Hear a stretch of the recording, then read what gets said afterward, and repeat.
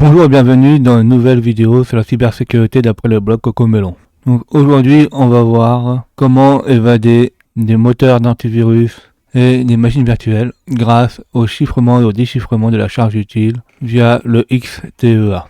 Tout ça en C++. Bonjour passionnés de cybersécurité et de hacker blanc.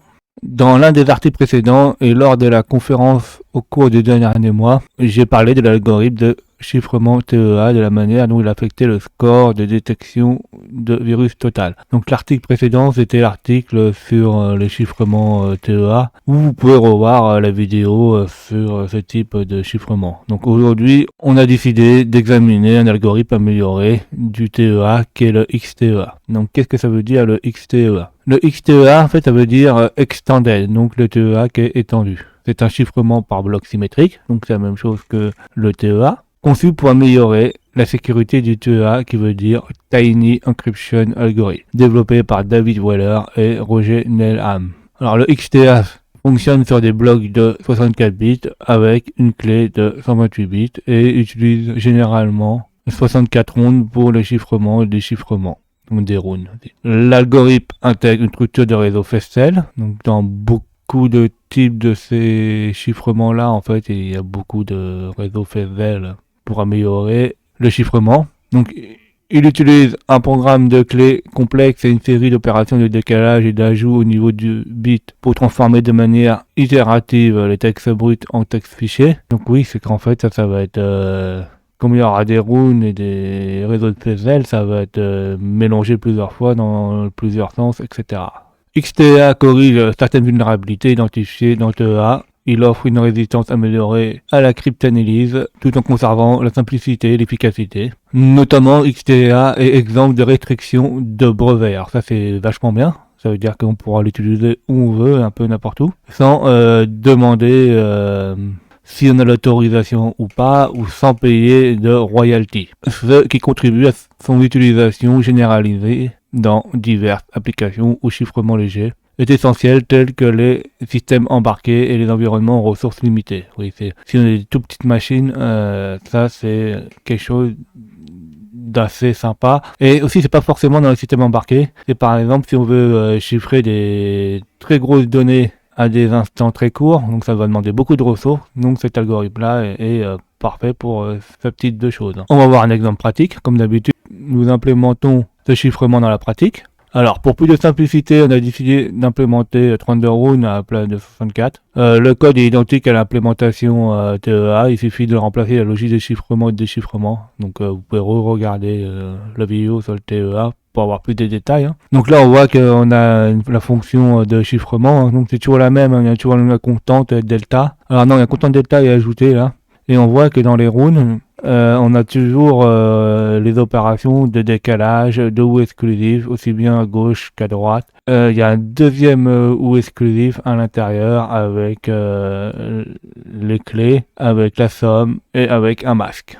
Il y a un renforcement avec un delta, donc il rajoute un delta en additionnant dans la somme. Donc ça doit être... Ah oui, donc la donnée, on voit qu'elle est en V0 et V1, donc elle est séparée en deux, donc il y a toujours une partie gauche et une partie droite qu'on sépare à deux. Donc on fait la même chose sur la partie droite, il y a un chiffrement aussi ils utilisent à peu près les mêmes méthodes, mais pas forcément les mêmes variables. Tu vois, le décalage n'est pas le même. Par exemple, on a un autre décalage de 11 vers la droite. Une fois que les données sont chiffrées, on remet ça dans un tableau dans data. Donc là, il y a pour le déchiffrement, on fait exactement la même chose, sauf que on inverse les résultats. Alors, ce qui est intéressant, c'est que si il faut la somme finale, il faut la remettre dedans. Alors là, on voit que par exemple, ce qui est intéressant, c'est qu'on a le delta. C'est des sommes fixes et somme, c'est des sommes fixes. Donc ça va poser des problèmes, surtout le sum, là on peut pas forcément le modifier comme on veut, ou le delta on peut pas modifier comme on veut, parce qu'en fait sum et delta ils sont liés entre eux. Donc ça va imposer un gros problème, parce que ça va faire une signature pour nos logiciels qui veulent détecter ou contrer les menaces persistantes. Donc le déchiffrement c'est le contraire. Donc comme vous pouvez le voir, il est implémenté avec la même delta. Pour plus de simplicité, j'ai utilisé l'exécution du shellcode via Logic Enum Desktop A, oui, ça on l'utilise souvent pour exécuter notre charge utile et finalement le code source complet ressemble à ceci, à hack.c. Donc ça on va le regarder. Donc là on a notre code source, on a la taille de la clé, le nombre de runes qu'on a fait, donc ici c'est 32. On a la fonction qui chiffre qui est là, donc ça je vous l'ai déjà expliqué comment c'est avec le delta, etc. On a la fonction qui déchiffre, donc pareil, là ça va être expliqué. On a la fonction principale, alors qui est intéressante, donc là on voit qu'on a une clé.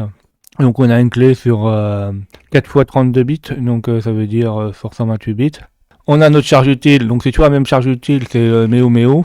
Donc là on calcule la taille du payload, donc notre charge utile. Il y aura, comme c'est un chiffrement bloc par bloc, il y aura un PIDIN évidemment. Donc là on va gérer le PIDIN.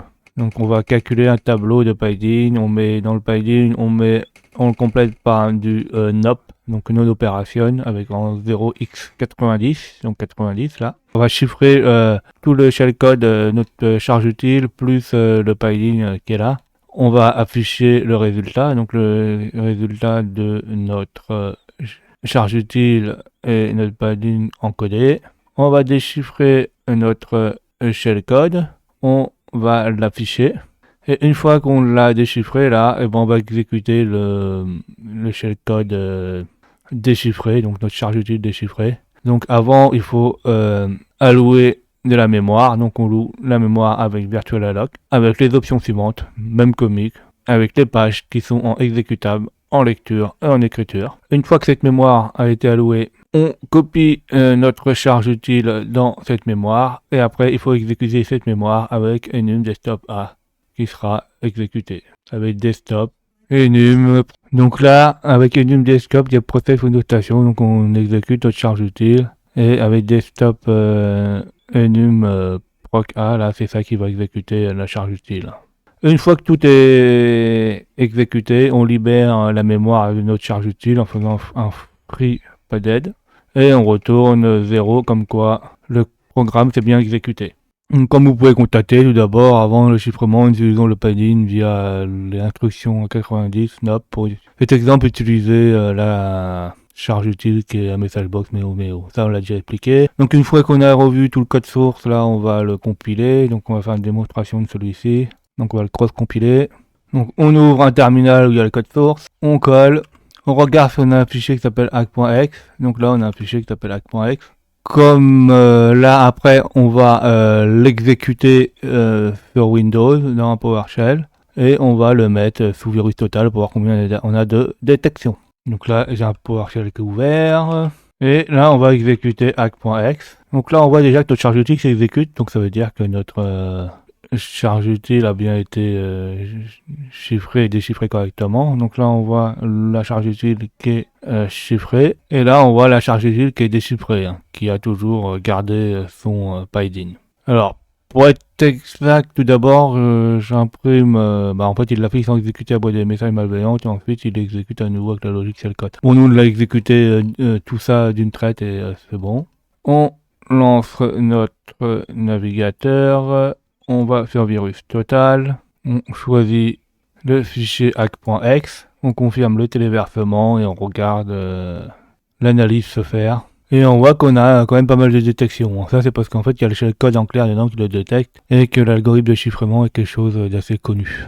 Donc lui il a 18, nous on apprend qu'on a 22 détections.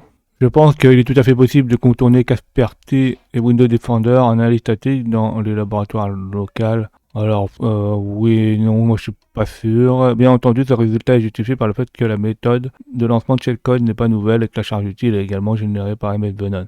Oui, tout ça est connu, donc ça va être compliqué de vader les logiciels d'antivirus récents avec ceci. J'espère que cet article fera connaître aux équipes bleues cette technique de chiffrement intéressante et ajoutera une arme à l'arsenal des équipes rouges. C'est intéressant aussi aux gens qui développent ce genre d'applications, pour les responsables en sécurité, pour les personnes en cybersécurité, pour les étudiants et tout ça, ça peut être intéressant. J'espère que vous avez appris plein de choses. N'hésitez pas à mettre des commentaires pour que j'ai des retours. N'oubliez pas de vous abonner et de mettre des pouces bleus. Et surtout, à cliquer sur la cloche de notification pour être au courant des nouvelles vidéos qui sortent.